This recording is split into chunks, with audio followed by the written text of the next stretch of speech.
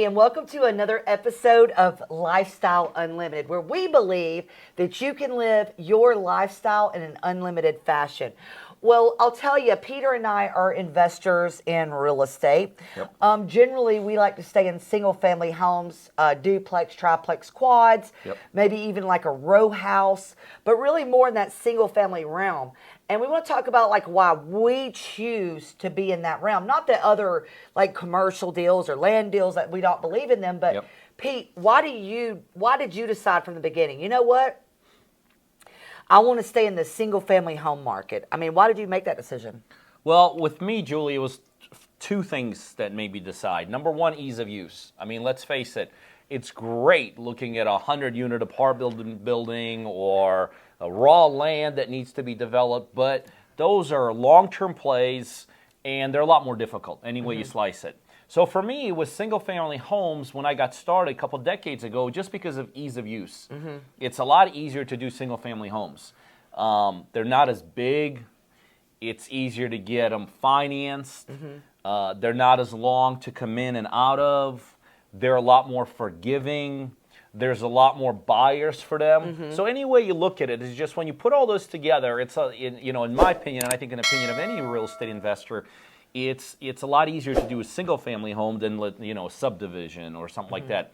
But the second reason that a couple decades later, it's still single-family is because, and you hear me talk about this all the time, this philosophy I have. And the philosophy is very simple. When you figure something out, the goal is to get better at it. I talk about, I like the horizontal growth is the person that has 30 different things going on.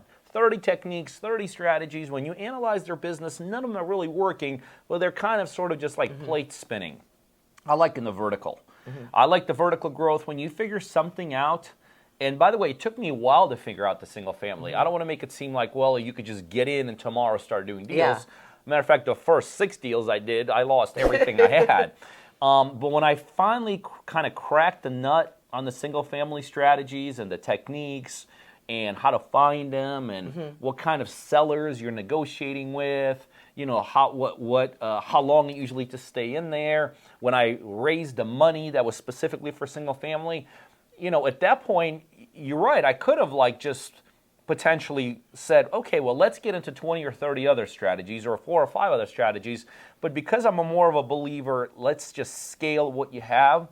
By the way, it's still easier than the big deals. It's still more forgiving. It's still quicker from A to Z.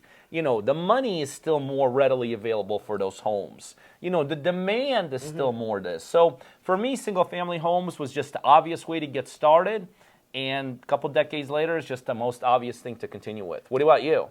Well, I know this is a silly one, but I think it's more fun.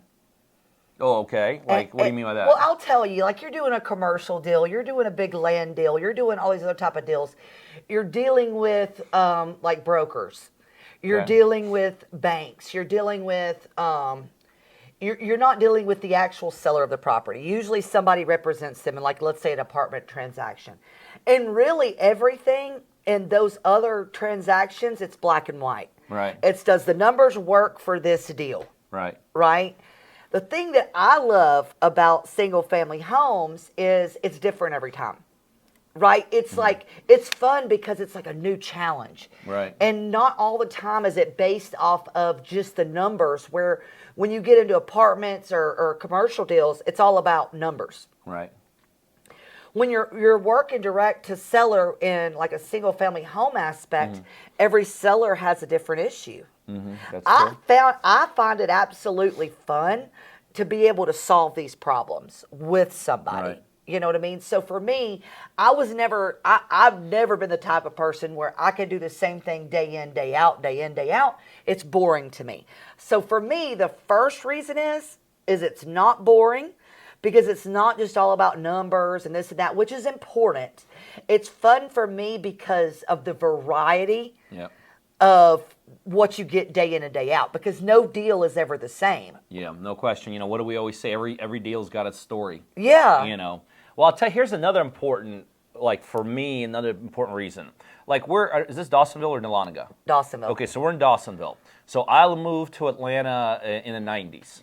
If I was, and I was never here in the 90s when I moved here, but if I would have come to Dawsonville in the 90s, what would I see? Nothing. Nothing.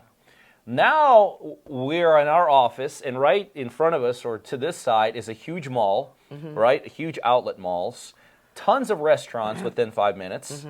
You live not too far away from here. I mean, there's infrastructure here. There's like restaurants, bars, entertainment. There's like a whole city there, right? And that's really because of the single family. Bottom line is this: there's more and more demand for single families.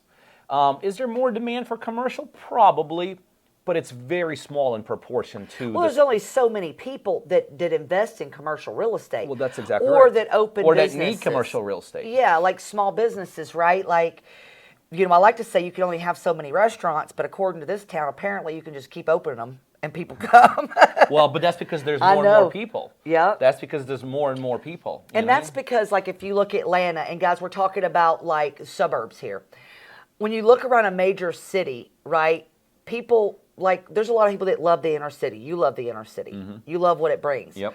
A lot of people like suburbs. That's right. Right? More and more people like suburbs, by the way. Yeah.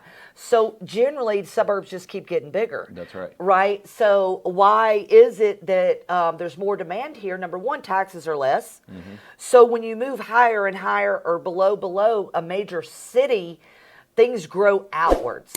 There's no question. Right? It's not like they're growing outwards and then come in to make a big city. So there's so much demand, especially when you got highways, or like now, people didn't move to Dawsonville as much because why would they? There was no malls, there were no restaurants, Right. there were no good grocery stores. But now it's like they have all of these things that they otherwise did not have. There's no question. Well, and think about it. For everyone that moves here, what do they need? They need a place to live. Right, not everyone that moves here needs an office building necessarily. Not everyone that moves here, is going to open up their own grocery store. But everyone that moves into Dawsonville, Dahlonega, all the surrounding areas, everyone needs a place to live. So, and the reality is, I was just looking at some statistics. This is crazy, but the growth the demand for single-family houses is still going up. I mean, what do you hear us talk about right now? Recession, things are crashing, motivated sellers, but the demand is still going up. Like right before we got started, you saw my phone ringing with Shannon, one of our partners in Pennsylvania, in Lancaster. And this is so crazy. We just flipped a house that we're closing on Friday, right? Let me just tell you how big the demand is. And the reason she called me is she had the buyers there, right? Now, we're closing tomorrow, right?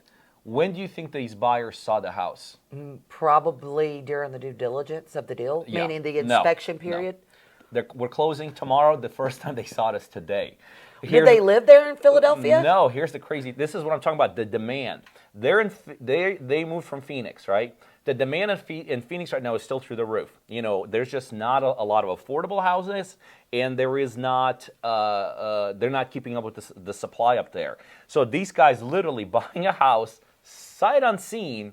I mean, through pictures, but you're spending $400,000. I'm probably like, I would have flown here like last month. Me too. But like, they're as happy as could be. And they were just telling me here a second ago, it's just the demand that where they are, it just prices them out. It just literally prices them out. Well, because in Philadelphia, like the house that you and Shannon are flipping, it's a nice home. I mean, like you get a lot for that money. Exactly, and you won't get the same thing in a different market. Oh, in Arizona? No. No, heck no. You're not getting even probably a quarter of what they're able to get in Philly. That's exactly right. So demand, even through this whole time, is the other thing that I mentioned, but this is worth repeating, especially if you're watching this and you're at that crossroads where you are trying to figure out, what do I go down that single family route? Do I go down an apartment route? Do I go down the commercial route? But this is a very important point. Like I said, I mentioned already, the financing. It is not that easy to finance a commercial property, and it's not just not that easy. People always say, well, no, that's not true, Pete. Commercial deals, they just speak for themselves, Yeah, but guess what? You're going to get 50% of that thing, right?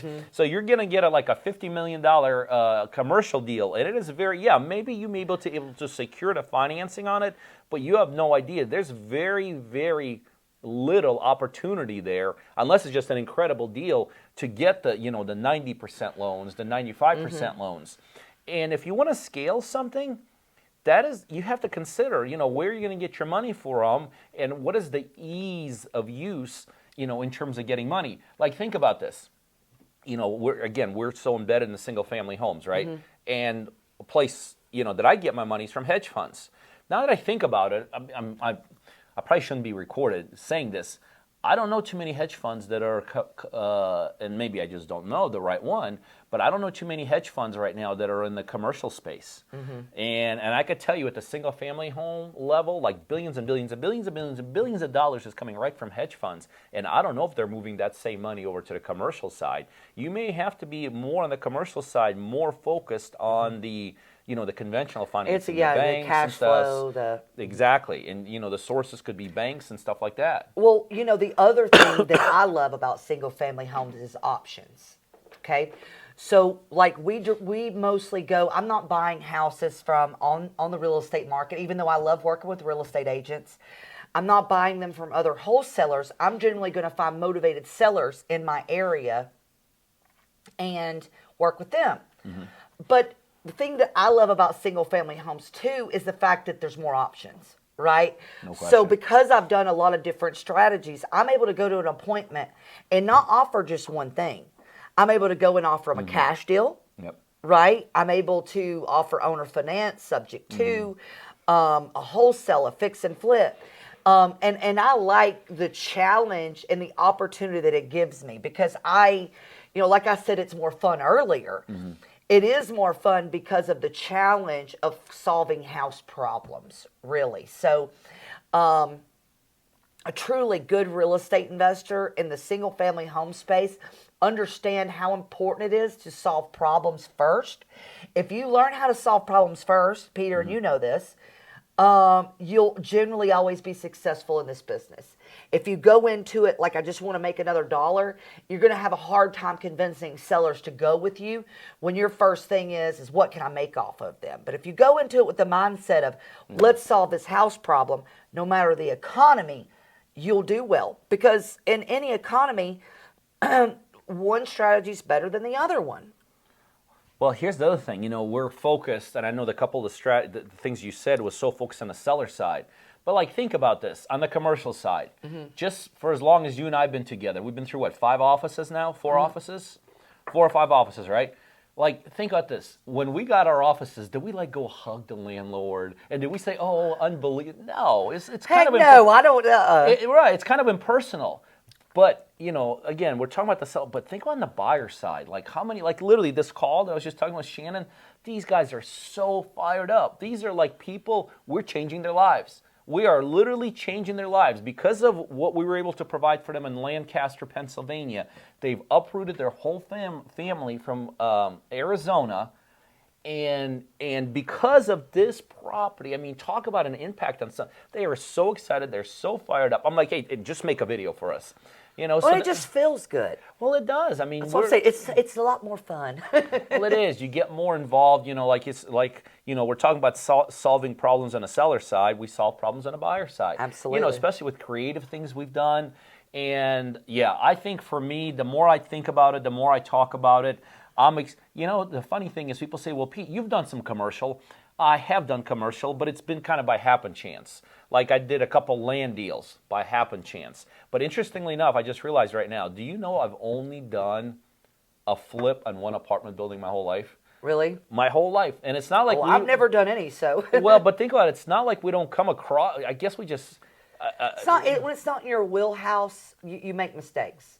Yeah, and you don't even, sometimes you just kind of just subconsciously close yourself up to stuff that, you just want to stay in your lane. So I think for us, it's easy to say we're single family. Absolutely. And for me, I think it all goes down to it's a lot funner for me. So that's why I love doing it.